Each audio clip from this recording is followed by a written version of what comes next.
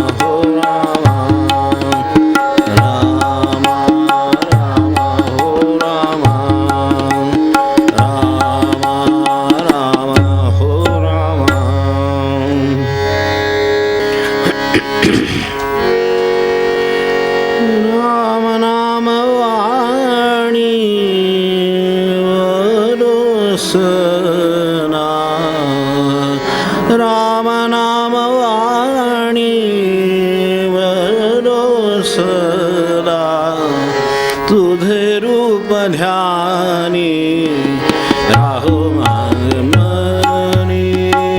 तुझे रूप ध्यानी राहो मनी। राम नाम वाणी वरोसला, राम नाम वाणी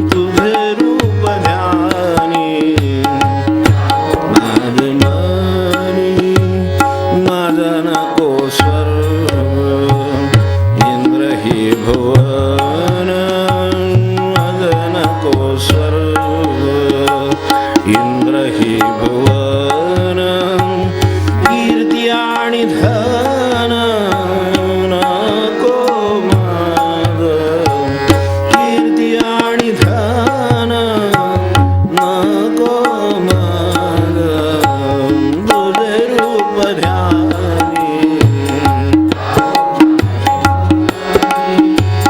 तुझे रूप ध्यानी राहो मग मनी नको मग साधन मोठे ब्रह्मज्ञान नको मग साधन मोठे ब्रह्मज्ञान राव समाधान सर्व काळ राव समाधान सर्व काळ तुझे रूप ध्यानी राहो माझे मनी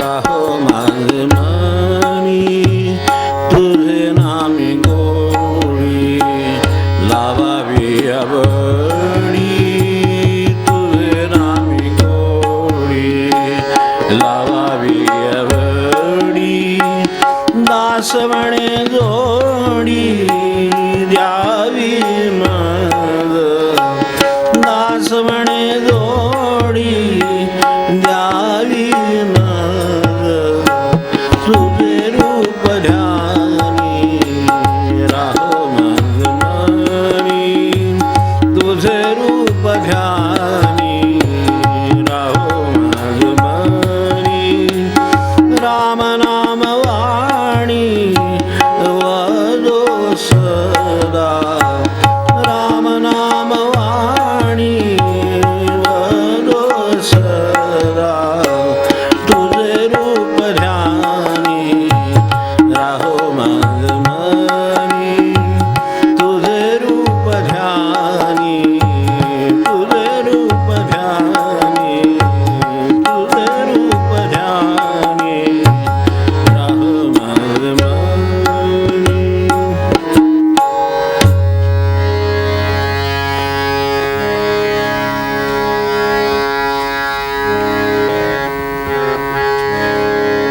मी माझे विसरून जाई मी माझे विसरून जाई ऐसे करी माझे आई ओ ऐसे करी माझे आई मी माझे विसरून जाई मी माझे विसरून जाई ऐसे करी माझे आई हो ऐसे करी माझे आई मग मी जाईन मरून मी जाईन मरून तुझे पायी स्थिरावीन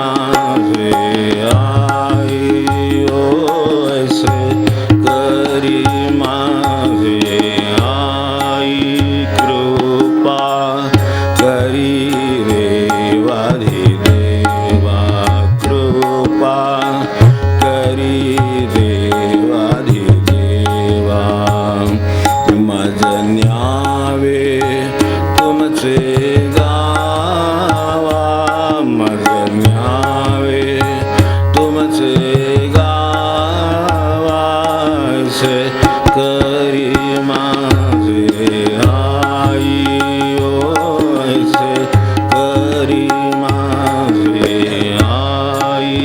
मज नको मुक्ती धन, मज नको मुक्ती धन, माझे हरावे मी पण, माझे हरावे मी पण ऐसे करी माझे आई, ओ ऐसे करी माझे आई। दास म्हणे राम राया, दास म्हणे राम राया, आता येऊ द्यावी दया, आता येऊ द्यावी दया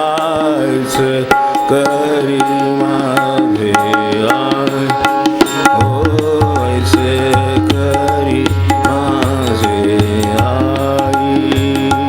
मी माझे विसरून जाई, मी माझे विसरून जाई ऐसे करी माझे आई, ओ ऐसे करी माझे आई, ओ ऐसे करी माझे आई।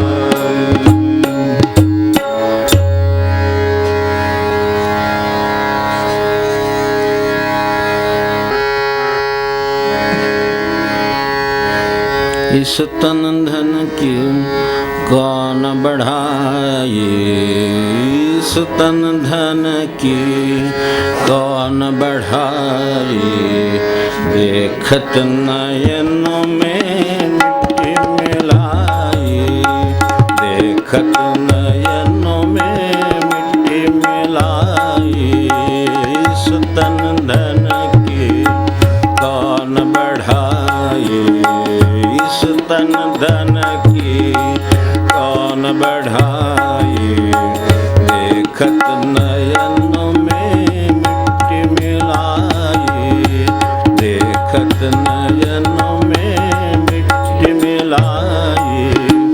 अपने खातिर महल बनाया, अपने खातिर महल बनाया, आप ही जाकर जंगल सोया, आप ही जाकर जंगल सोया।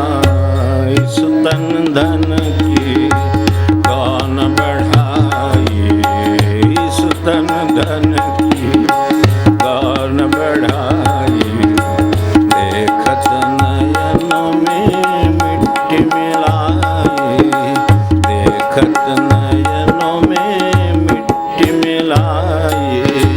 हड्डी जले जैसे लकड़ी की गोली, हड्डी जले जैसे लकड़ी की मोली, बाल जले जैसे घास की पोली, बाल जले जैसे घास की पोली। इस तन धन की कौन बढ़ाए, इस तन धन की कौन बढ़ाए, देखत नयनों में मिट्टी मिलाए, देखत नयनों में मिट्टी मिलाए। कहत कबीरा सुन मेरे गुनिया, कहत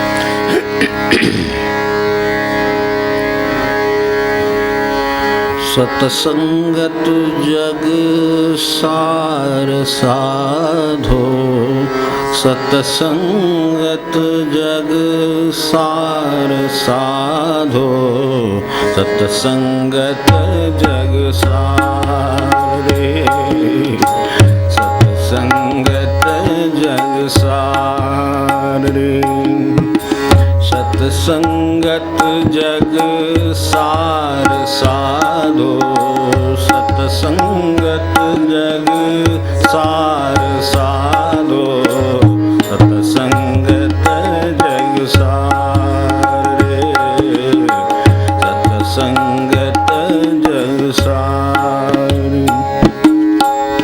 काशी नहाए मथुरा नहाए, काशी नहाए मथुरा नहाए, नहाए हरिद्वार रे, नहाए हरिद्वार रे।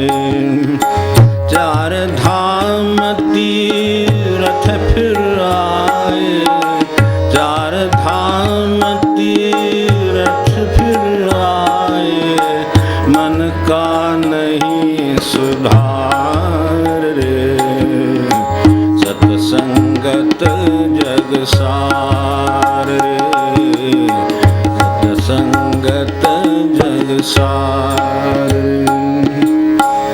वन में जाय कियो तप भारी, वन में जाय कियो तप भारी, काया कष्ट अपार रे, काया कष्ट अपार रे। इंद्रिय जीत करी वश अपने, इंद्रिय जीत करी वश अपने, हृदय नहीं विचार रे, सतसंगत जग सार रे, सतसंगत जग सार रे। मंदिर जाय करे नित्य पूजा, मंदिर जाय करे नित्य पूजा, राखे बड़ो आचार रे, राखे बड़ो आचार रे। साधु जन की कदर न जाने, साधु जन की कदर न जाने, मिले न सिरजनहारे, सतसंगत जग सारे, सतसंगत जग सारे। बिना सतसंग ज्ञान नहीं उपजे, बिना सतसंग ज्ञान नहीं उपजे, कर ले जतन हजार रे, कर ले यतन हजार रे।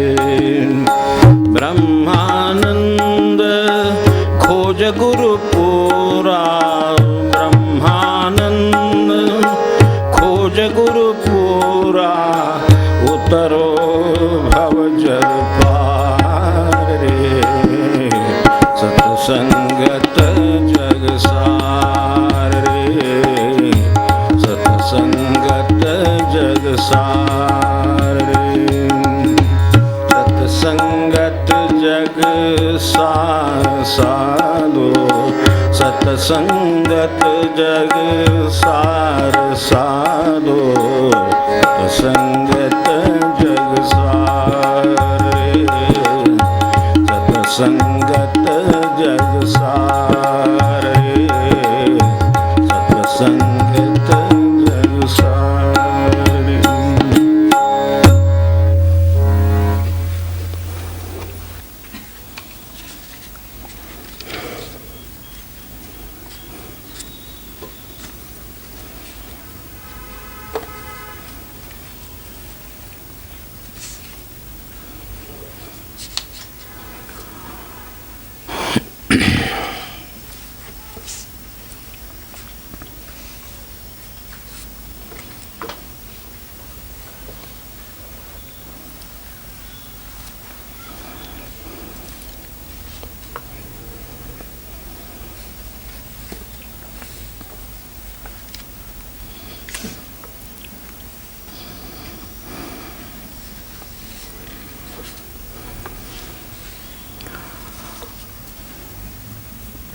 आपण आजच्या ह्या सद्गुरू लीलामृताच्या चिंतनाला सुरुवात करण्यापूर्वी इथे दत्तछायात राहायला होतं. आपल्याला कल्पना असेलच याच ठिकाणी 3-4 वर्ष राहणार.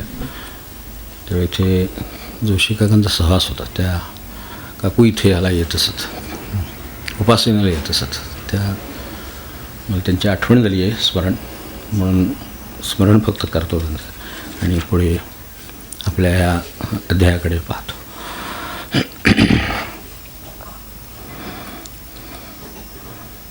पहिल्या ज्या काही वेळा वाचल्या आणि सद्गुरू लीलामृत हा जो शब्द पाहिला, तर त्याच्यात ते पहिल्या जिथे येऊन थांबलो होतो वाचनात, तिथे येऊन ते इथे वाचलं होतं एवढंच. त्याच्यातनं एक लक्षात आलं की ते आपल्या चाललेल्या संसाराचं चित्र आहे. कोणाचे आहे? ऐसा संसार थाटला बंद संपत्तीने भरला, तत्क्षणी फळा आला क्रोधसपुत्र पासून सगळं दुर्वचशर करा वाटिली, आपली प्रौढी मिरविली, दुरित गुढी उभारली, आनंद थोर मानिला. तो नाही आहे. यासाठी सगळे शब्द बारकाईन बघायचे तेवढ्यासाठी. आनंद थोर मानिला. मग भय शोक बालके वाढली वगैरे, मानिले सुखाची समाप्ती केली त्रिवर्ग सुताने. तर हे सगळं सर्वसाधारण चित्र त्यांनी जे समोर ठेवलं आहे ते एवढ्यासाठी ठेवलं आहे की त्यातून आपल्याला संकेत मिळावा की हे सगळ्या संसाराचं चित्र तसंच आहे. कुठे जा, लहान असो मोठा असो, काय श्रीमंत असो गरीब असो, त्याच्या संसाराचं चित्र हेच आहे. कितीही त्यांनी बुद्धिमत्ता वापरली काय म्हणा, किंवा काय पैशाची अनुकूलता असेल म्हणा, मिळवायचा प्रयत्न केला असेल म्हणा, चित्र हे राहतं. चित्राबद्दल तक्रार नाही आहे ह्याच्यात. चित्राकडं बघण्याची दृष्टी यावी असं एकदा मध्ये जे म्हटलं, त्यासाठी हे चाललं. हे चित्र असं आहे की कुठल्या कारणाने कोणाच्या वाट्यात काय उणीव असेल हे सांगता येत नाही, पण चित्रात नेहमी उणीव असते. असं एक प्रपंचाचं चित्र त्यांनी आपल्यासमोर ताटलं. ते सगळं चित्र सांगण्याचा उद्देश हाही होता की आपल्याला त्यातून जाणीव द्यावी की हे जर संसाराचं चित्र असंच असेल तर ते तसं लहानपणापासून मोठेपणापर्यंत सगळीकडे तसंच असणार आहे. म्हणजे पुढेही तेच आपल्याला, जर समजा कोणी लहान असेल याच्यामध्ये ऐकणारं, वयाच्या दृष्टीनं समजा कोणी लहान मोठं असेल तर त्यांनी असं मानायचं कारण नाही. उलटं काही ज्या समजुती आहेत ते हे चित्र मांडण्यामध्ये, असे ग्रंथ वाचण्यामध्ये या समजुती दूर करण्याचाही एक उद्देश आहे. कारण ती म्हातारपणची विद्या झाली आहे, असं झालं आहे. मृत्यूनंतर करू. तरुण कोणी हातात ज्ञानेश्वरी घेऊन बसलेलं दिसलं वाचायला, हे काय वय आहे का असं विचारतात. ज्याने लिहिलं त्यांचं वय एकदा बघा, काय ते लक्षात येईल की वय काय असतं हे करण्याचं. मागे जसं एकदा म्हटलं तसं गाडी धडकवल्यावर मग शिकण्याचं वय नसतं. शिकण्याचं वय गाडी हातात घेण्यापूर्वी असतं. त्यामुळे जर प्रपंचाचं हे चित्र जर आपल्याला बदलायचं असेल किंवा त्याच्यातले निदान पाहण्याची दृष्टी यायची असेल, चित्र बदलण्याचं एक थोडी शक्यता आहे. प्रारब्धाचं चित्र बदलता येत नाही, पण कर्मस्वातंत्र्याचं जे निर्माण करतो आपण ते चित्र बदलता येतं. आपल्याकडे कोणी येणार असेल तर ते एक वेळ आपल्याला बदलता येणार नाही, आपल्याला कल्पना पण नसेल. दारात कोणीतरी येऊन एकदम उभं राहील, प्रारब्धाचा भाग आहे, त्याला केले आणणे. पण आपण कोणाकडे जाऊ हे कदाचित आपल्याला ठरवणं आपल्या हातात असेल. इतपत सोपं स्वातंत्र्य आणि प्रारब्धाचा संबंध एवढं लक्षात ठेवलं तरी चालेल. आता हे लवकर कळलं तर बरं होईल ना. म्हणजे मला जाणं भाग पडला असं काही नाही, जायचं हातात होतं की नाही हे ठरवायला त्याला निदान स्वातंत्र्य आहे की नाही एवढं त्याला लवकर कळेल यातून, यासाठी हे समोर पहिल्यांदा ठेवलं. आणि या अर्थाने हे ग्रंथ जितके लवकर बारकाईनं वाचले जातील, जितके अभ्यासले जातील तेवढंच चांगलंच आहे. किंवा कोणी वाचत असलं, मोठे असतील तर कोणी घरामध्ये वाचत असलं, आपल्या परीनं काय अभ्यास करीत असलं किंवा काय श्रवण करीत असलं, आपलं कर्तव्य करतोय ना, काय असेल ते प्रपंच असेल, काय अभ्यास असेल, काय असेल त्याचं त्याच्या वयाप्रमाणे जे कर्तव्य करीत असेल तर त्यांनी हे जरूर करावं असं सांगावं.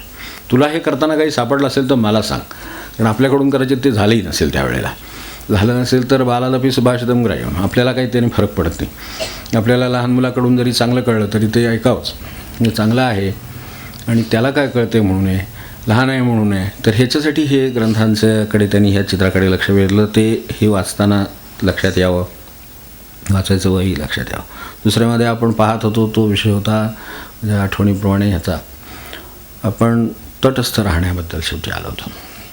गेल्या वेळेला त्याची सुरुवातीला आठवणी केली होती की इथे त्यांनी एक तटस्थ राहण्याबद्दल बोलले.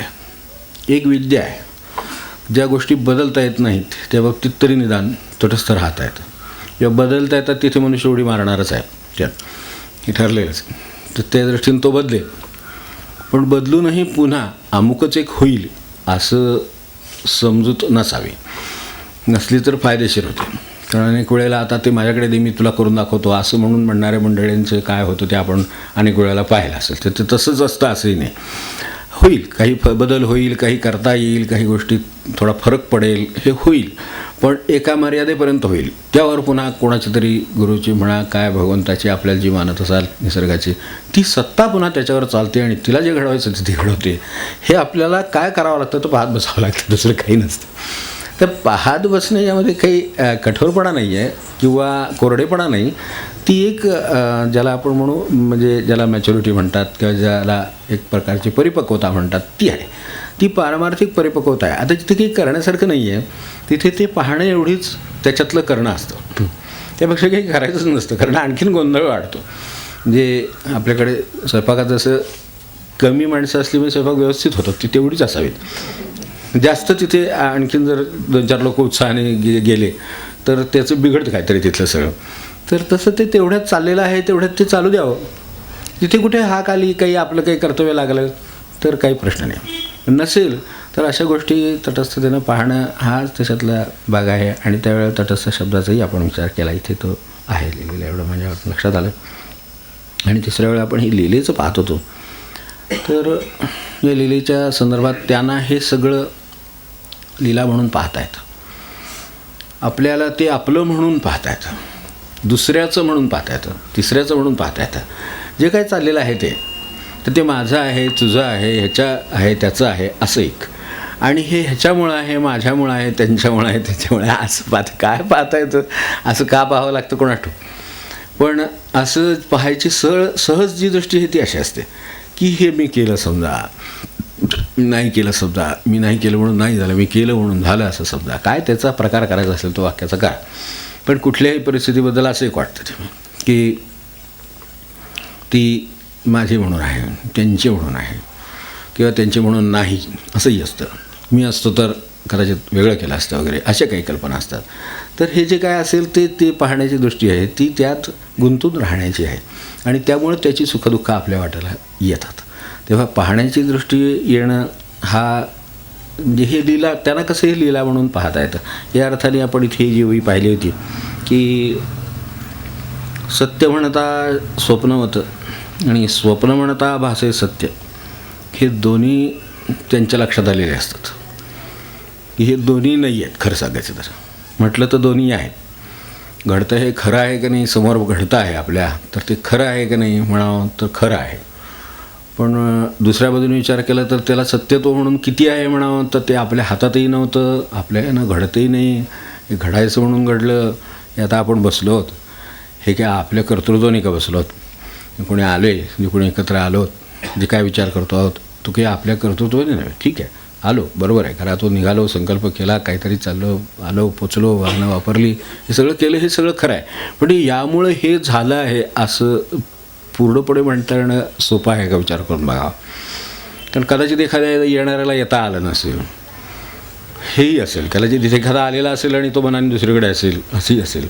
त्यामुळे याचंही काही असू शकतं. असं ते काही एवढ्यावर नाही आहे. हे काहीतरी एक त्यांच्या लिलेचा भाग आहे की ते तसं घडावं अशी त्यांची इच्छा होती म्हणून ते झालं आहे. तर न घडावं अशी इच्छा असेल तर होत नाही. हे आपण बघतो अनेक वेळेला किती प्रकारचे प्रयत्न मनुष्य करतो, किती तऱ्हेनं सगळं.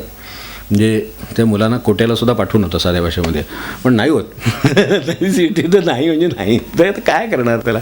होत नाही तशातला भाग नाही तर काही चाललं नसतं. पण ते चाललं आहे त्या अर्थी ते होतात. तेव्हा व्हावीत आणि त्याबद्दलही काही म्हणणं नाही. पण ती त्यामुळेच होतात किंवा नाही होतात असं काही नाही आहे. त्यांची व्हायची होती ती झाली, नाही झाली त्यांची नाही होती. त्यांनी त्याकडे पाहावं आणि काय मार्ग असेल पुढे चालायला आहेच ना. असं कुठं काही तिथं कंपड घालून ठेवलं नाही, याच्या पुढे काही आता चालता येत नाही असं काही नाही आहे. आपल्या समजुती होत्या, या मार्गाने अधिक चांगलं होईल. परमेश्वराचं म्हणणं आहे त्याच्यापेक्षा या मार्गाने अधिक चांगलं होईल, ती इकडं जा असं त्याला म्हणायचं. हे त्यावेळेला लक्षात घ्यायला आपण तटस्थ असावं लागतं किंवा बाजूला असावं लागतं. तर लक्षात येतं की अरे आपण चालेल, हे असू शकतं, तेही असू शकतं. तर हे यायला म्हणून त्यांनी म्हटलं आहे, ते महत्त्वाचं त्यातलं की गुरुमाय दुरोनी पाहतं कौतुक. म्हणजे ते सुद्धा हे सगळं ते पाहताना गुरुमाय दुरोनी पाहतं कौतुक सारे.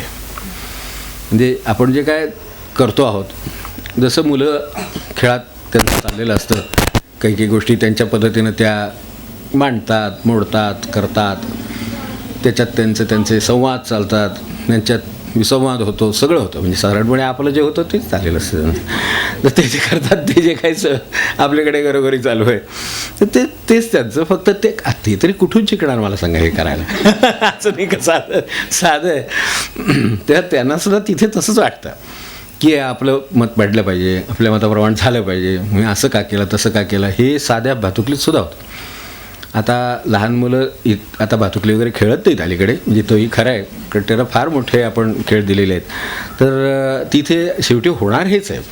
हे जे आहे ही दृष्टी आहे की त्याकडे पाहण्याची आपली एक दृष्टी आहे की हे लहान मुलांचं आहे, त्यामुळे हे असं चाललं आहे. मग आपण त्याला समजावून बाजूला करतो. एखाद्या वेळा भांडणं झाली तर सांगतो त्याला की अरे काही नाही आहे, नुसतं खेळातली भातुकलीतलं हे विषय आहे का, सगळ्यांना चिरमुरेच दिलेले खेळायला, आणि ती काय कडवळी बडकवळी एवढीशी दिलेली असतात, ते सगळं चुली बिली ते सगळं त्यातलंच असतं.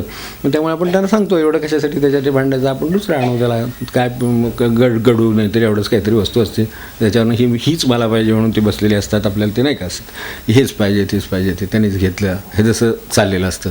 तर त्याच्याकडे बघताना आपण कसं पाहतो याचं क्षणभर विचार करावा.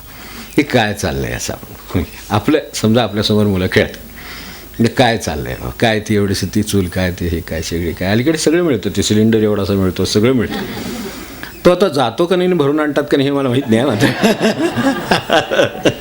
साधारण सिलेंडर जाण्याचं टायमिंग आहे. म्हणजे आपल्याकडे ज्या दिवशी पाहुणे वगैरे यायचे सकाळी उठून लवकर स्वयंपाक ते त्याला कसं कळतं हे मला अजून कळलेलं नाही. सिलेंडरला हे कसं कळतं की त्यावेळेस जावं, आणि बरेच 90% वेळा तो असा जातो की समखास आपल्याकडे काहीतरी कार्यक्रम आहे आणि पटकन आधी पहिल्यांदा चहा देऊन मग उरलेल्या स्वयंपाकाला सुरुवात करायची. अशा वेळेला ऑन करा आणि बस. आता पर्यायी व्यवस्था असतात, होतं काहीतरी निघते वेळ, पण त्याला कसं कळतं हे काही कळलं नाही. तर त्यांच्या त्या खेळण्यात ते सुद्धा कदाचित असं होत असेल, त्यावेळेला सिलेंडर गेला मी काय करणार, अशी ती त्यांचे संवाद चालू गमती सगळं. त्यांचेही संवाद चालत होते की मी काय करणार त्याला, आता द्या आणून, आता ते काम कोणाचं माहीतच आहे आपल्याला. तसं ते द्या आणून तिचं ते पाठीवर घेऊन विचार काय करणार, गाडीत ठेवून जावा, आणा, करा, काय करायचं ती पर्यायी व्यवस्था करा, नाही तर दुसरं असेल तर लावा, शेजारी मागा, काय करायचं ते करा. हे करताना त्यांचे ते एवढंसं जे काय चालू आहे त्यात ते सुद्धा तिथे उठून शेजारी मुलं जातात, शेजारी म्हणजे तिथल्या तिथे जातात कोपऱ्यात, आणि त्यांच्याकडून आणतात, घे बाबा ओरडू नको, कारण खेळातलं पण सांगा हे सगळं आपल्याला गमतीशीर वाटतं खरं. त्यांचं जे काय चाललेलं आहे ते सगळं गमतीशीर वाटतं. तर तसंच त्यांना आपलं सगळं चाललं आहे ते गमतीशीर वाटतं. हे जे काय एवढे कासावीस झालेले आहेत, काय भले मुलाबद्दल झाले असतील, मुलीबद्दल झाले असतील, ते वस्तूंच्याबद्दल झाले असतील, त्यात ह्या अशा संपतात, पुरतात, तुरतात, असं काही होतं त्याच्याबद्दल झालेले आहेत, तेच त्यांना आपल्या सगळ्या प्रपंचाकडे पाहून वाटतं. आणि आपण त्यांनी भातुकलीतला आहे म्हणून आपल्याला तो लहान मुलांचा आहे म्हणून आपण त्याच्याकडे असं पाहू शकतो, आणि ते एका पारमार्थिक तयारीनं या प्रपंचाकडे तसं पाहू शकतात. ती तयारी आपल्याला शिकवण्यासाठी हे ग्रंथ आहेत. तेव्हा ती लीला काय आहे, आणि जर ते आपल्याला पाहता येत नसेल तर ते पाहायला येईल अशा पद्धतीच्या काही घटना घडवून आणतात, त्याला लीला म्हणतात. इथे जे लीलामृत आहे ते काय, तर आपल्याला ती दृष्टी यावी. मग ते आपण जे ठरवलेलं आहे त्याच्याबरोबर विरुद्ध काहीतरी त्यांचं घडवून आणतात. ते माणसाला आपण ठरवलं असलं तर तो भेटत नाही, काम होत नाही, असं होतं तसं होतं. आणि पुन्हा त्यांना काय करायचं ते एकदा महाराजांची येऊन हात जोडले सांगितलं, बाबा महाराज कळलं की हे सगळं तुमच्या हातात आहे, ते आता तुम्हाला जर हे करायचं असलं तर करा, नसेल तर काय माझी इच्छा नाही, असं म्हटलं की ते माणसाचा फोन येतो, मी येणार होतो, मला उशीर झाला, थोडा वेळ तासभर, काय तुमचं काय राग नाही ना, काय तुमच्याकडे आता अडचण नाही ना, येऊ का, हा या मग. जे असं असं अनुभवायला येईल. तर ही जर लीला म्हणून एकदा पाहायचं ठरलं की मग हे सगळं अनुभवायला येतं. मग सुखाचा असो दुःखाचा असो तिथेही भातुकलीत स्वयंपाक होतो, काही वेळा उशिरा होतो, काही वेळा करपतो, लागतं, सगळं होतं. तर हे जे काय सगळं होतं तसंच हे सगळं मोठ्या प्रमाणावर होतं. तिथे आपलं असल्यामुळे आपल्याला ते खरं वाटतं आणि मुलांचं असल्यामुळे आपल्याला ते खेळातलं वाटतं. तर ते जर खेळातलंच असेल तर हे मोठ्या खेळातले असं समजावं. यापेक्षा काही फार त्याने आपल्याला अगदी मोठं वेगळं काही करायला सांगितलं अशातला भाग नाही. हेही तसंच चाललेलं आहे. आणि आपण ज्यांना एक मोठी काही काळ आयुष्याचा मिळाला असेल, 60-70 वर्ष मिळाले असतील म्हणा किंवा आणखीन काय मिळाले असतील, तर त्यांनी क्षणभर मागे जाऊन बघावं की याच्यात आपण केलेल्यातलं किती तसं झालं आणि किती त्यातलं काय नाही झालं. आणि आपले काय बेत होते 25शीत म्हणा, काय 20शीत म्हणा, 15व्या वर्षी म्हणा, त्याच्यातले किती कशा पद्धतीने झाले, त्याला वळणं कशी मिळत गेली, कोण भेटत गेलं आणि त्यामुळे काय काय कामं होत गेली, कुठं राहणार होतो, कुठं राहिलो, काय आपल्याला त्याच्यातलं काय होतं असं वाटत नाही. नंतर ह्या सगळ्या लीलाचं त्यांच्याही लक्षात येतं. ते त्यांनाच तिथं ठेवायचं होतं म्हणून तिथं ठेवलं, इथे ठेवायचं म्हणून इथं ठेवलं, या गावी पाठवायचं म्हणून त्या गावी पाठवलं. आपण वेगळ्या गावासाठी प्रयत्न करतो, ते वेगळ्या गावाला पाठवतात. आपण वेगळ्या डेस्कसाठी प्रयत्न करतो, ते वेगळ्या डेस्कवर ठेवतात. काय चाललेलं असतं ते सगळं पाहता आलं तर छान आहे. म्हणून ते म्हणतात गुरुमाया पाहतं कौतुक आहे. त्यातलं ते कौतुक आहे फार बारीक आहे. ते कौतुकानं पाहू शकतात, आपण कौतुकानं पाहू शकत नाही. ही अडचण आहे. मला या गावी बदली हवी होती आणि त्या गावी टाकली की तिथे जाताना गेल्यापासूनच ठणठण तिथपासूनच सुरुवात होते की हे खरं नको होतं मला, पण मी आलो आता काय करणार वगैरे. काही नाही, ते कौतुकाने पाहतात अशा गोष्टीकडे. आपणही कौतुकाने पाहू. ठीक, तुमची इच्छा दिसते, काय असेल ते दाणापाणी इथेच आहे समजावं. आणि आपणच मागितलं होतं समजल्यावर मग आपण ज्या उत्साहाने गेलो असतो त्या उत्साहाने जर आपल्याला तिथे काम करता आलं तर वाह, मग संपलंच. काय आणखीन पारायण नाही केलं तरी पुढचं चालेल. त्यांना एवढंच म्हणायचं आहे, बाकी काय म्हणायचं नाही. कारण सुखदुःखाचे सारखे लेखावे आहेत ते यामुळे आहेत की ते असं माझं आहे म्हणून त्यांनी स्वतः आत्ता जे आपण काही पदं म्हटली त्याच्यामध्ये याचे सगळ्याचे धागे येऊन गेलेले आहेत. मी माझे विसरून जाई ऐसे करी माझे आई, ही प्रार्थना महाराजांनी केलेली आहे स्वतः. तर ती त्यांनी का केली असेल तर असे आपल्यासाठी केली की हे जर ठेवलं तर सुखदुःखाचा प्रश्न आला, हे जर नाही ठेवलं तर तुम्हाला पाहता येईल. आता तुम्ही म्हणाला असं कसं प्रत्यक्ष चाललं आहे ना आणि आपल्याला पाहत बसायचं म्हणजे असं कसं, आपल्याला काहीतरी करायला पाहिजे. आपल्याला काय करायचं ते करा, आपण करताना पाहता येतं ना ते आपल्याला. आपण स्वतः रांगोळी काढत असलो तरी रांगोळी पाहत असतोच की नाही दुसऱ्या बाजूने. म्हणून तर चुकलेली कळते, बरोबर हल्ली कळते, छान आलेली कळते, त्यांच्यापेक्षा चांगली आली हे कळतं, किंवा आपली मागची होती त्याच्यापेक्षा चांगली आली कळतं. जरा बरं म्हणजे ते हे सगळं कळतं की नाही, मग पाहता येतं आपल्याला. मग तसंच याच्याकडे पाहताही येतं असं त्यांना म्हणायचं आहे. आणि गुरुमाय कौतुके पाहत. आता ते गुरुमाया शब्दसुद्धा बारीकच आहे तसा. ही त्यांना सगळी मुलंच वाटतात आणि त्यांचे काय जे चाललेलं आहे ते जसं मुलांचं चाललेलं आहे असं आपल्याला वाटतं, तसं त्यांना वाटतं म्हणून ती आई आहे. गुरुमाय शब्द का वापरला तर त्यांना भांडणं दिसतात, त्यांना आपले संवाद दिसतात, त्यांना आपले तणतण दिसते, आपण कशात तरी वेळ घालवतोय दिसतंय, त्यांना सगळं दिसतंय. अगदी सत्काराने लावलं काय आपल्या पद्धतीने काय करायचं ते तुम्ही करा. त्याच्यातलं जे त्यांच्याशी निगडीत आहे ते त्यांना माहिती की सांभाळलं पाहिजे, त्याच्यावर त्यांचं बारीक लक्ष असतं. आणि जे बाकीचं चाललं आहे ते सगळं ते त्यांचे खेळातलं, जसं आईने मुलांचे खेळ पाहावेत लहान मुलांचे तसे ते हे सगळीकडे पाहतात. तसं समजा क्षणभर आपले जे रागलोभ, आपले जे काही संवाद, आपले जे काही तुष्ट काय पण काय काय विरोध काय समजा अगदी आनंदसुद्धा घ्या त्याच्यात, काय आपल्याला जे वाटतात सुखाचे ते सुद्धा घेतले तरी आपल्या लक्षात येईल की अरे त्या दृष्टीने ह्याच्याकडे पाहिलं तर हे तसं खेळातच आहे.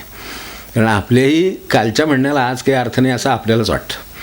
तर लोकांना आधी तेव्हाच वाटलं असेल नाही का, आपण क्षणभर विचार करून बघावं आज एवढी तणतण करतात असं आपण केलं जे काय केलं असेल समजा, तर दुसऱ्या दिवशी आपल्यालाच वाटतं एवढं त्यात काही तथ्य नव्हतं, नाही केलं असतं तरी चाललं असतं, एवढा त्याच्या रोगाच विचार केला असं जे काय आपल्याला दुसऱ्या दिवशी सकाळी वाटतं ते इतरांना त्या दिवशीच वाटत असणार. कारण ते पाहतात, त्यातल्या त्यात गुरुमाया पाहते त्यावेळेला तिला त्याचं कौतुक वाटतं की कशी तंत्रण करते, असं बरं वाटतं त्यांना. ठीक आहे असू दे, खेळू दे, चालला आहे खेळ त्याचा प्रपंचाचा तर चालू दे. तर अशा पद्धतीनं त्यांनी प्रपंचाकडे पाहायला शिकवलं. याविषयी आपल्या ही आणि काही वेळेला हे वाचायचं किंवा श्रद्धा कशासाठी, मग यामुळे आपला काय फरक काय पडणार व्यवहारामध्ये फरक हा पडेल. एक तर बाह्यची दृष्टी तर येईलच, पण त्याच्याबरोबर येणारी सुखदुःख आहेत, त्याच्याबरोबर येणारे ताण आहेत, त्याच्याबरोबर माणसाला अस्वस्थता आहे, झोप नाही, अमकं नाही, तमकं नाही, त्याच्यातनं आजार आहे, या ज्या गोष्टी ती या कारणासाठी होणार नाही. हा एखाद्याच्या प्रारब्धात आजार आहे, ठीक आहे, भोगला त्याने मान्य, पण या कारणासाठी झाला असं नाही झालं. या कारणासाठी काय व्हायचं कारण नाही, कारण ते आपल्याला त्यांनी शिकवले की काय आहे ते जसं कौतुके पाहतात माया जसं इथे पाही कौतुके असं म्हटलेलं आहे, तर तसे पाही कौतुके अशी एकदा दृष्टिकोन आहे तो आत. बाहेर तसं आपल्याला दाखवता पण येणार नाही कदाचित. ह्या दृष्टी आहे म्हणायचं एवढ्यासाठी. बाहेर आपल्याला त्यात भाग घ्यायचा आहे, कारण तिथला खेळ आहे तो आईला काही खेळात भाग घ्यावा लागत नाही. फार तर संपलं पुरलं ते म्हणतात, म्हणजे त्यांचे ते चुरमुरे संपलेले असतात. त्यांच्या दृष्टीने भात संपतो, त्यांच्या दृष्टीने डाळ संपते, काय जे असेल संपत असेल. तर तसं ते आपल्याकडे मागतात त्यावेळेला द्यावं लागत असेल, तिथे तेवढाच रोल आहे. पण इथे प्रत्यक्ष कामाचं रोल आहे काहीतरी, म्हणजे तो करताना आणि नसताना दोन्ही वेळेला ते पाहता यावं असं त्यांना म्हणायचं आहे. तर त्यामुळे ते काही करू नका म्हणले नाही, ते काय अभ्यास करू नका आणि पाहत बसा कौतुके असं काही म्हणलेलं नाही. त्यांना म्हणायचं की ह्याच्याकडे बघता जे काही अभ्यास करत आहात त्याचा ताण घ्यायचं काही कारण नाही. जे काही करता आहात, जी परीक्षा द्यायची तिचा ताण घ्यायचं काही कारण नाही. ताणापेक्षा अभ्यास करण्याची गरज जास्त आहे, ही त्यांना पण कल्पना आहे आणि त्यांनी ती आपल्याला दिलेली आहे की त्याचं ताण नको. कारण ताणाचा त्रास जास्त होतो, त्याचा परिणाम अभ्यासावर आपल्याला माहिती आहे. त्याचा परिणामानेच अभ्यासावरचं लक्ष कमी होतं. मुळात अभ्यासाचं लक्ष कमी का झालं, तर हे कुठल्या तरी खेळात गुंतलेले आहेत म्हणून तसं झालं यादी मुळात. त्यातून पुन्हा ते पाहता येत नाही, त्यामुळे हा खेळ आहे हेही लक्षात येत नाही. ते लक्षात येत नाही म्हणून मग पुढे इकडे त्यात गुंतायला होतं. ते खेळ आहे हे पाहिलं की मनुष्य तटस्थ राहतो, बाजून राहून पाहू शकतो. मग तेच न जमल्यामुळे काय होतं, त्यात गुंतायला होतं. गुंतायला झाल्यामुळे तसे ताण येतात की हे कमी पडलं आहे, जास्त झालं, अमुक झालं, तमुक झालं, यात कमी पडलो, त्यात कमी पडलो, असं ते सारखं विषय आदळत राहतात येऊन मनामध्ये. मग त्याच्यावर विचार होत राहिल्यामुळे अभ्यास बाजूलाच राहतो. म्हणजे कदाचित हे सगळं वाचल्याचा फायदा काय, किंवा त्यांची ह्या परमार्थाचा किंवा या सगळ्या दृष्टिकोनाचा, हे सगळं सांगण्याचा त्यांच्या उपयोग एवढाच की त्यावेळेला जी आकाराने याच्यावरची जाणारी शक्ती आहे ती वाचते. हा खेळ आहे, याच्याकडे आपल्याला पाहता येतं. हा आता सध्या चालू आहे बाबा परीक्षांचा आहे, काय अभ्यासाचा आहे, ह्या विषयांचा आहे, तर ठीक आहे, त्याच्यात माझं काही काम आहेच. कर्तव्य म्हणून काहीतरी प्रत्येकाच्या ठिकाणी आहे. अगदी त्याच्या शेवटच्या क्षणापर्यंत कर्तव्य चुकलं नाही त्याला, ठीक. तसंच मला आत्ताही कर्तव्य आहे, जो जिथे असेल तसा, तर त्यानुसार ते आहे. पण त्याचं ताणाचं काही काम माझ्या मागे लावलेलं नाही, ते मी लावून घेतलं आहे. ते काही घ्यायचं कारण नाही, तर ते होईल. त्याच्यात जेवढं मला काही कर्तव्यातलं जास्तीत जास्त कसूर न ठेवता जेवढं म्हणून करता येईल तेवढं मी करावं आणि मग पाहत बसावं. कारण काय होणार आहे ते आपल्याला. आणि असंही तुम्ही समजा नाही कौतुकानं पाहिलं तरी शेवटी आपल्याला आपलं मार्केट पाहत लागणार ना. त्यावेळेला काय करणार, पाहणार, पण त्यावेळेला चित्त खालीवर होणार. ते चित्त खालीवर व्हायचं काय कारण नाही, ते आधीही नाही. आणि आधी जर असं काही चित्तावर खाली न होता ते अभ्यास केलेला असेल तर जे चित्र पुढे आपल्याला पाहायला मिळेल ते चांगलं असेल नक्की. परमार्थाचा उपयोग एवढा नक्की व्यवहाराला आहे की ज्यांनी हे कौतुकाने पाहिलं आहे, ज्यांनी हे बाजूनी राहून पाहिलं आहे, तटस्थतेनं पाहिलं आहे, त्याला ह्या सगळाच हा एकूण खेळ आहे. जे मोठी माणसं आहेत त्यांच्या तर सहज लक्षात येईल की मागे 50 वर्ष पाहिलं तर त्यांना लक्षात राहू शकतं, 60 वर्ष पाहिलं तर लक्षात राहू शकतं की अरे इतके वर्ष हे काय काय चाललं होतं. ह्याच्याकडे आपण त्यावेळेला जरा आणखीन वेगळ्या दृष्टीने पाहिलं असतं तर बरं झालं असतं. असं नंतर वाटतं, ते वेळेत कळावं. जिथे ज्या क्षणी कळलं आहे तिथून पुढे तरी आपल्याला तसं करता येईल की ठीक आहे, पाहता येईल. जर संबंध असेल भाग घेईल, भाग घेताना सुद्धा तटस्थच राहील, काम करेल, बाजूला येईल. तर हे शक्य आहे, हे सांगण्यासाठी आहे. तसं ते ह्याचा दुसरा फायदा काय किंवा यामधून आपल्याला काय मिळेल, ह्या लीला जसं म्हटलं तसं ते लीला त्यांच्या बाजूनी ते काही गोष्टी त्यांचं, आता आपण त्यांचं एकदा बोट धरलं, कोणाचंही असो, ते स्वामींचं असो, महाराजांचं असो, आणखीन कोणाचं असो, काय जे असेल ते एकदा आपण मनाने ते धरून ठेवलेलं आहे. ह्याच्यात श्रद्धेचा आणि आपल्या त्याच्यातल्या निष्ठेचा प्रश्न आहे. ती जे बोट धरून ठेवलेलं असेल तर असं आहे, बोट एकदा धरलं आहे म्हटल्यानंतर जरा जरी आपण हल्लो तरी खेच त्यांना बसतीच त्याची. महाराज म्हणलेच की ज्याच्याकडे अस्वस्थता तुम्हाला आली की मला अस्वस्थता येते असं होणार आहे. ते तेव्हा अस्वस्थ काही राहू नका, काम करा, आपलं काय असेल त्या ठिकाणी जे कर्तव्य असेल ते करा, पण अस्वस्थ काही होऊ नका असं म्हणाले. ते एवढ्यासाठीच म्हणाले की त्या अस्वस्थतेनं त्यांना त्रास होतो. कारण आपण खरं सांगायचं तर स्वस्थ असावं हे चांगलं. तर ते जर असू तर अस्वस्थ व्हायचं काय कारण आहे. खरं म्हणजे आपण कायमच स्वमध्ये स्थ असावं, राहावं कायम. आपलं स्वरूप आहे त्याच्यात कुठं काय, आपल्या श्वासोच्छ्वास जसा शांतपणे चालला आहे तसा मनुष्य जर स्वतःच्या ठिकाणी जी परिस्थिती आहे तिच्याकडे, म्हणून ते पाहण्याची दृष्टी आधी दिली. आणि मग सांगितलं की ही गुरुमाय जसं पाहते तसं ह्या सगळ्या खेळाकडे पाहिलं, त्यांनी जसं पाहिलं तसं आपल्याला पाहायला शिकवलं आणि मग चाललंय ते चाललं. यात हलगर्जीपणा नाही, कर्तव्यात कुठेही नाही, प्रपंचात हेडसांड नाही, काही नाही. ते अगदी मनापासून केले आणि सगळं मनापासून करून पुन्हा बाजूला उभे राहिले, ते तटस्थ. तर त्या अर्थाने ते त्यांना करायचं ते पण केलेलं आहे. तर ह्याचा फायदा दुसरा हा की श्रद्धा असल्यामुळे त्यांना त्याच्यात इंटरव्हेन्शन म्हणतो आपण त्याला आम्ही डिव्हाइन किंवा स्पिरिच्युअल इंटरव्हेन्शन म्हणतो. तर डिव्हाइन इंटरव्हेन्शन करता येतं.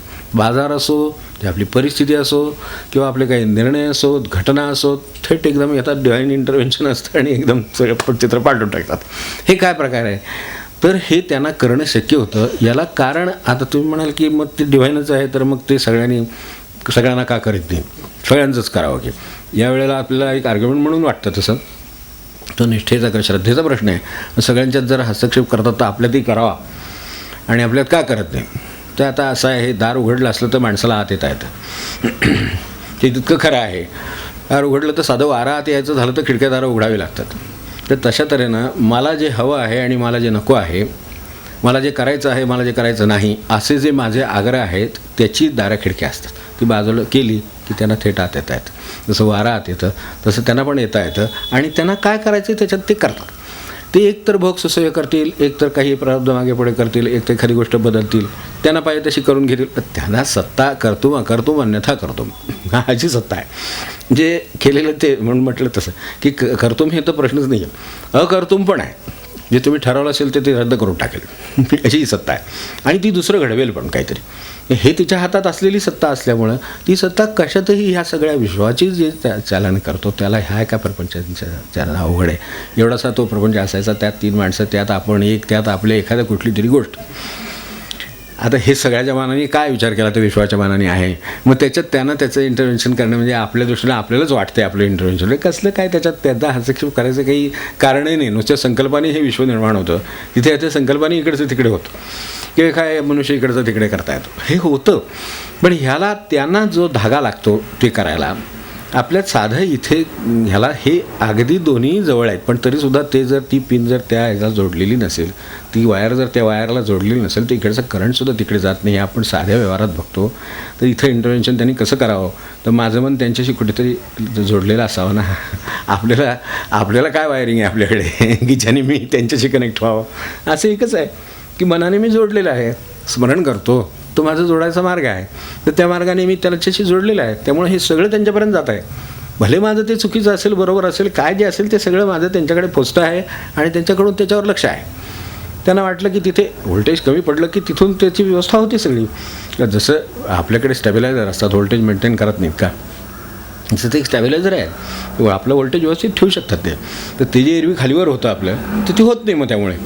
आणि त्यानं जर त्यातही बदल हवा असेल तर काय करायचं ते ठरवतात की ह्याला माणूस पाठवायला पाहिजे, ह्याला बोलवून घेतलं पाहिजे, ह्याला काय ते करायला पाहिजे, काय करायला पाहिजे ते करतायत.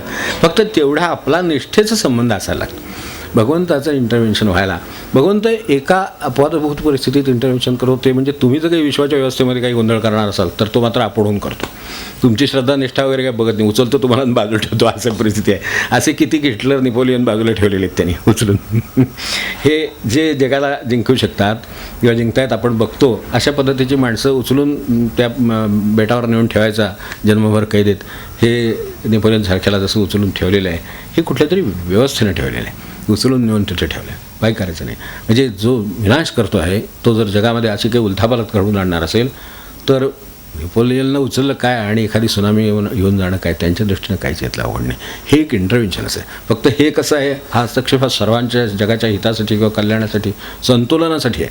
आणि हा जो हस्तक्षेप आहे हा व्यक्तिगत स्वरूपाचा आहे. तो त्याच्या निष्ठेसाठी, त्याच्या श्रद्धेसाठी, त्यासाठी केला जातो. तर ह्या सगळ्या लीला आहेत त्याच्यातल्या. आणि ह्या लीला आपण का पाहतो आता पुढच्या वेळेला बघूया की हे लीला पाहण्याचे संबंध काय आणि त्याच्यामुळे आपल्याला काय लाभतं आणखीन. तर ह्याचा विचार आपण पुढच्या वेळेला करू. आपण थांबूया. सद्गुरुनाथ महाराज की जय.